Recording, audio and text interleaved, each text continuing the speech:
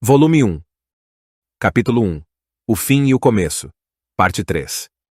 Situado na fronteira entre o Império Baharut e o Reino Reestize, ao sul da Cordilheira Azerlisiana, havia uma vasta floresta chamada a Grande Floresta de Tob. Na periferia desta floresta estava o vilarejo Carne. Ele tinha uma população de cerca de 120 pessoas, que foram divididas em 25 famílias. Para um vilarejo fronteiriço do Reino Reestize, esse número não era incomum. O principal meio de subsistência dos moradores vinha da floresta e de suas lavouras, uma vez que quase não havia visitantes, exceto alguns herboristas à procura de ervas e do cobrador de impostos que vinha uma vez por ano. Era um vilarejo congelado no tempo. Os aldeões estavam ocupados no momento em que acordavam com o nascer do sol. Como era um vilarejo sem uma luz mágica, continual light, eles trabalhavam desde o amanhecer até o anoitecer. Era esse tipo de vida. A primeira tarefa diária de Henri Emot seria ir para a fonte e tirar água. Pegar água era o trabalho de uma menina. Uma vez que o tanque de água dentro de sua casa de família estivesse cheio, sua primeira tarefa do dia estaria concluída. Assim, sua mãe prepararia o pequeno desjejum, e a família de 4 pessoas desfrutariam juntos do café da manhã. O café da manhã consistia de cevada cozida ou de mingau de trigo, bem como alguns legumes salteados. Às vezes havia frutas. Depois de comer com seus pais, sua irmã de 10 anos de idade sairia para a floresta e recolheria lenha, ou ajudaria com o trabalho campal. No centro do vilarejo, uma vez que o sino tocar ao meio-dia, todos procuram por descanso na praça e nas proximidades para almoçar juntos. Almoço consistia de pão preto de alguns dias, juntamente com uma sopa de carne picada. Depois eles continuariam a trabalhar nos campos, e uma vez que o sol se pôr, todos voltariam para suas casas para o jantar. Assim como no almoço, o jantar também consistia de pão preto, mas acompanhado com sopa de feijão. Se os caçadores do vilarejo conseguissem pegar alguns animais, haveria um pouco de carne também. Depois do jantar, todos iriam aproveitar das luzes da cozinha e conversar alegremente enquanto consertavam roupas rasgadas. Eles iam para a cama em torno das 20 horas. Henri Emot nasceu há 16 anos, e até hoje ela nunca tinha saído do vilarejo. Por vezes ela pensava, será que meus dias serão assim para sempre? Assim como qualquer outro dia, Henri saiu da cama e foi ao poço buscar água. Geralmente ela demorava cerca de 3 viagens, a fim de preencher o enorme tanque com água. Pronto! Henri arregaçou as mangas e mostrou a atraente pele branca que não tinha sido exposta a muito sol. Trabalhar nos campos tinha feito os braços magros, mas musculosos. Mesmo que o jarro de água cheio fosse pesado, Henri facilmente o levantou. Se o jarro estava cheio até a borda, ela teria que fazer menos viagens, o que tornaria o seu trabalho muito mais rápido, não é verdade? Mas é melhor se não for pesado demais. Apesar de pensar dessa maneira, Henri começou a fazer seu caminho de casa.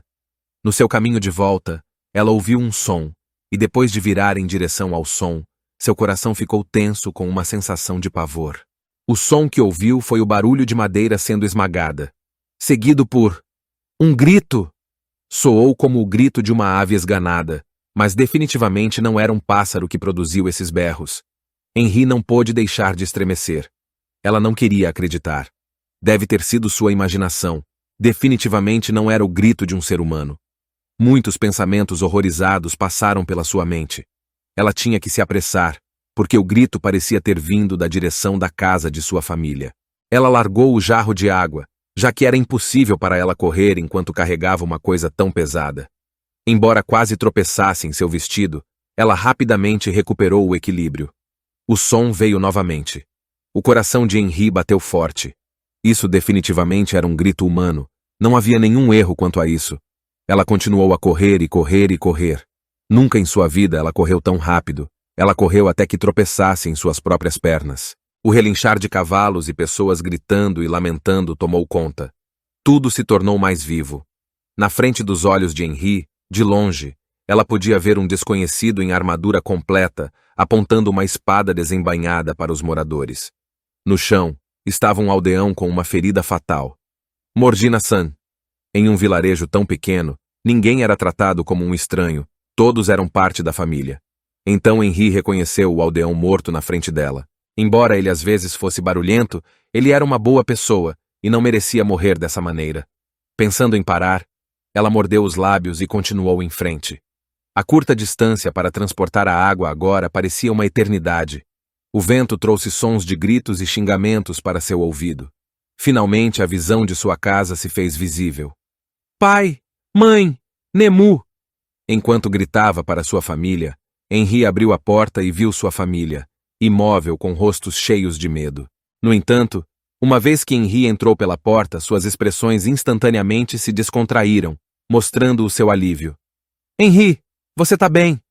O pai dela, com as mãos fortes do trabalho no campo, agarrou Henri. Ah, Henri! Sua mãe a abraçou calorosamente. Ainda bem, Henri também voltou. Vamos fugir daqui agora, rápido. Neste momento, a situação da família Emot estava crítica. Eles estavam preocupados com Henri, que ainda não havia voltado para casa, fazendo com que perdessem sua chance de escapar. Eles estavam em perigo iminente. Mas muito em breve o medo se tornou na amarga realidade. No momento em que queriam fugir, a silhueta de uma pessoa entrou na porta. Parado sob a luz do sol de armadura completa, carregando um escudo do Império Baharut. Em sua mão ele estava segurando a bainha de uma espada. O Império Baharut está constantemente em guerra com seu vizinho, o Reino Reestize.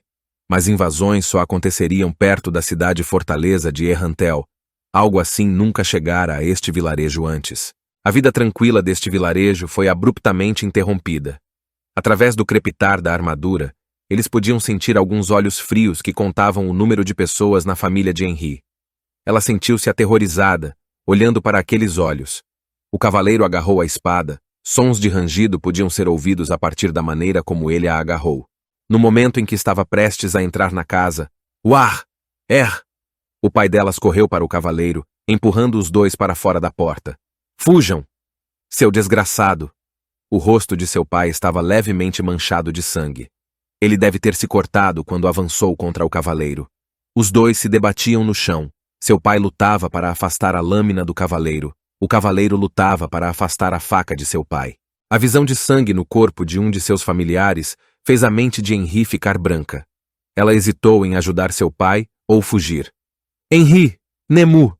Os gritos de sua mãe devolveram Henri a AOS seus sentidos, e quando ela olhou para a mãe, viu a mulher mais velha balançando a cabeça com uma expressão de partir o coração. Henri pegou a mão de sua irmã e saiu correndo. Embora acometida de culpa e hesitação, ela decidiu correr rapidamente para dentro da floresta. O som dos cavalos, gritos, metais colidindo e o cheiro de queimado. De todos os cantos do vilarejo, estas situações entravam nas orelhas, olhos e nariz de Henri.